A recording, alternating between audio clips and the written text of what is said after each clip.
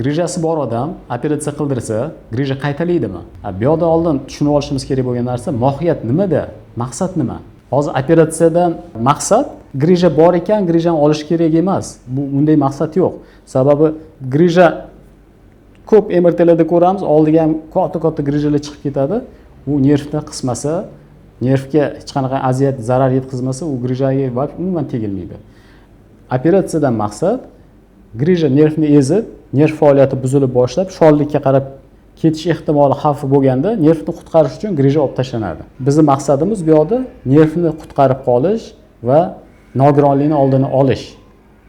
Chunki operatsiya qilmasdan nervni bo'shatmasak, shu bemorlarda nogironlik foizi yuqori bo'lish ehtimoli bor. Ya'ni masalan, grija chiqdi, nervni siqib qo'ydi, odamda oyoqda quvvatsizlik boshlandi va davom qildi. Bunday foizlar taxminan 15-20% grijasi bor odamlarda kuchli holat uchraydi bu narsa. Operatsiya qilmasa qaytalar ekan deb qo'rqib yursa, bu degani 15-20% odam nogiron bo'lib qolish kerak degani emas. Shuning uchun maqsad nervni bo'shatish, grijani olib tashlash orqali va nogironlikni oldini olish. Endi to'g'ri qaytalanish ehtimoli bor. Bir taxminan dunyo bo'yicha, dunyodagi olimlar shu soha mutaxassislarining o'zini tajribasidan kelib chiqib yozgan ma'lumotlarga qaraganda 2% dan boshlab eng pasti, ba'zilari 8-10% gacha bergan dunyodagi shu soha mutaxassislari, neyroxirurg va ortopedlar. Endi bizni o'zimizning tajribadan kelib chiqsak, masalan, bizni markazda hozir 4000 atrofida 4000 dan oshiqroq operatsiya o'tkazilgan. Shaxsan o'zimdan hozir 1000 ga yaqin operatsiyalar o'tkazilgan. O'zimda shu 1000 ga yaqin bo'lgan bemorlardan taxminan hozir 10lar atrofida bo'lgan. Lekin u qaytalanish o'zi masalan 100 tadan bittada yo 2 tada bo'lishi mumkin. O'zi muammo emas hech qanaqa. U nervni siqib nogironlikka olib keladigan holat bo'lmasa, o'sha masalan 1-2% ni ham yarmidan ko'pini dori-darmon bilan davolavorsa bo'ladi. Juda agar nervni haqiqatan siqsa, yana endoskopik kirib olib tashlanadi. Shuning uchun bu yerda mohiyat tushunish kerak. Bu grijani olinayotganda maqsad nervni qutqarish. Eng asosiy maqsad odamni nogironlikdan asrab qolish. Chunki usiz boshqa iloj qolmaydi u payt. Boshqa dori-darmon hamma usullar qilib ko'rilganda natija bo'lmagandan keyin bemor nogironlikka qarab ketish xavfi yuqori bo'lgandan keyin o'shani oldini olish uchun endoskopik usul bilan grija olib tashlanadi. Eng zamonaviy, hozir eng xavfsiz usullardan bittasi endoskopik hisoblanadi.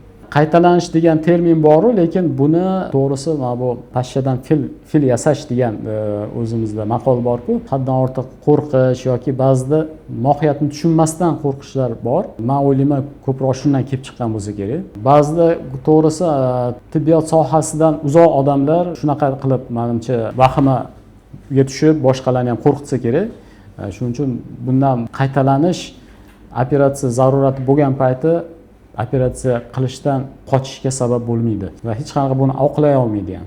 Meni shaxsiy maslahatim, agar oldimga yaqin odam kelsa, o'sha shikoyatlar bilan, grijaga xos shikoyatlar bilan kelsa, MRT diagnostika qilib tekshirib ko'rsak, haqiqatan grija chiqib, o'sha nervni ezib turgani MRTda ko'rinib, tekshiruvda aniqlansa, birinchi men ahamiyat beradigan narsam o'sha grija belda bo'lsa oyoq kuchi, bo'yinda bo'lsa qo'l kuchini tekshirib ko'rish, uvishni baholash va tos a'zolarini faoliyatini baholash. Shunga qarab, agar kuchli o'zgarishlar bo'lmasa, ya'ni kuchsizlik, quvvatsizlik bo'lmasa yoki yengil darajada bo'lsa, birinchi dori-darmonlar bilan davolash va fizioterapiya qo'llaniladi. Ikkinchi etapda qo'shimcha zarurat bo'lsa, transforaminal inyeksiya va shuni natijasiga qarab, agar yaxshilanish bo'lsa, o'zi 70-80% da yaxshilanish bo'ladi. Shu yo'nalishda davom qilib rejim to'g'rilanadi, davolash fizikultura buyuriladi. Lekin qachonki bir 10-15% holatda bu narsalar kor qilmaydi, quvvatsizlik kuchayadi, tos a'zolarida o'zgarishlar bo'lishi mumkin, peshob ichib kelishda. Bunday holatda endi vaqt cho'zmasdan endoskopik operativ yo'l bilan endoskopik amaliyot usuli bilan olib tashlash kerak. Nervlarda zararlanish, shikastlanish ketayotgan belgisi bu narsani bartaraf qilish kerak. Tezroq, qancha tez bo'lsa, shuncha yaxshi. Yana ikkinchi holat, bu hozirgi boy aytgan shoshilinch nimadan tashqari, shunday bemorlar bo'ladi. To'g'ri, oyoqda kuchi yomon emas, peshob ichib kelishda muammo yo'q, lekin o'ta kuchli og'riq, dori-darmonlar ta'sir deyarli yo'q. Bunday bemorlarga uzoq qiynalib yurishi menimcha arzimasa kerak.